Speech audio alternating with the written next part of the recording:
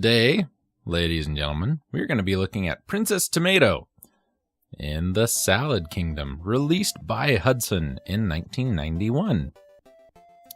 A very interesting and very good, legitimately very, very good, and very well received text-based, you could say, adventure for the NES. This was originally released in 1984 for the NEC PC 8801, the NEC PC 6001, the FM7, and the MSX in Japan. It was ported to the Famicom in May of 1988, and in February of 1991, it made it over to the NES. It was also released on the Virtual Console in Japan in 2010, and in North America the next month in 2010. Characters with a name like Princess Tomato in the Salad Kingdom are cartoony, anthropomorphic, you could say, fruit and vegetable. It's a very difficult cartridge to find, but thanks to the wonders of emulation and virtual consoles and all that, a lot of people who never got a chance to try this game out are finally getting to. We take on the role as Sir Cucumber, a knight. We are assigned by the now deceased King Broccoli to defeat the evil Minister Pumpkin who has kidnapped Princess Tomato. Early on, Sir Cucumber gains a sidekick, Percy the baby persimmon, who offers advice and helps throughout the quest, and always calls Sir Cucumber boss. Our in-game description, which you've probably seen in the video by now. Many growing seasons ago, there was a place where vegetables lived happily and in perfect harmony. One day, Minister Pumpkin betrayed King Broccoli. He kidnapped Princess Tomato and stole the turnip emblem. He took them to his castle in the Zucchini Mountains. He sent his cruel farmies out to terrorize all the vegetables in the Salad Kingdom.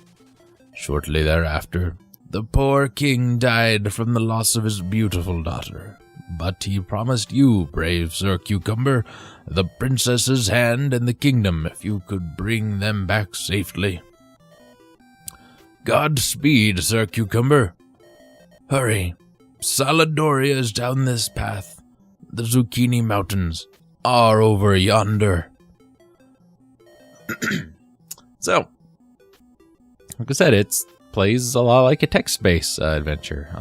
Obviously, the NES didn't really have a keyboard that, you could interact with. So the commands were changed into just selectable buttons that go down each side of the screen, as you're seeing now. The commands are fixed, and they never change during gameplay. The game consists of still screens, with the exception of a mini-game, mazes, and some animations, but not many at all. Commands are move, look, check, talk, take, use, give, buy, hit, fight, praise, dump, item, and Percy. Fight is also called Finger Wars, in which you challenge your enemies to a game of rock, paper, scissors. Praise flatters somebody. Dump gets rid of inventory items, since you can only carry a few items. And Percy basically is, give me a hint. The only way to lose the game is by not being able to determine which action is required to advance. There is no way for Sir Cucumber to die except for one specific Finger Wars battle. The game uses a password-based system to return to levels, of which there are 9 in total.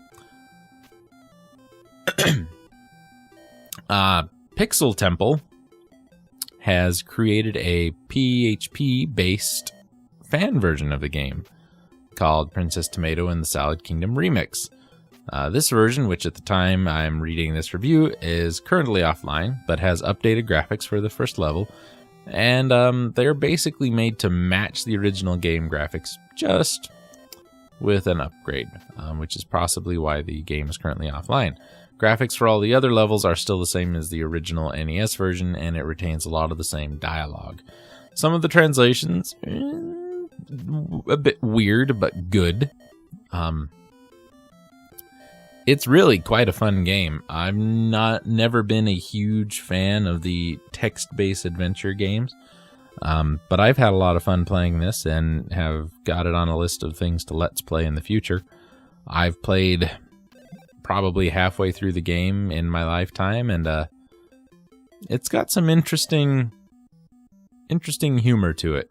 But it is very text-basy, and it requires sometimes a lot of backtracking, a lot of talking. But it is a fun game, and very much worth a try if you get the chance to. Look for it on the Virtual Console.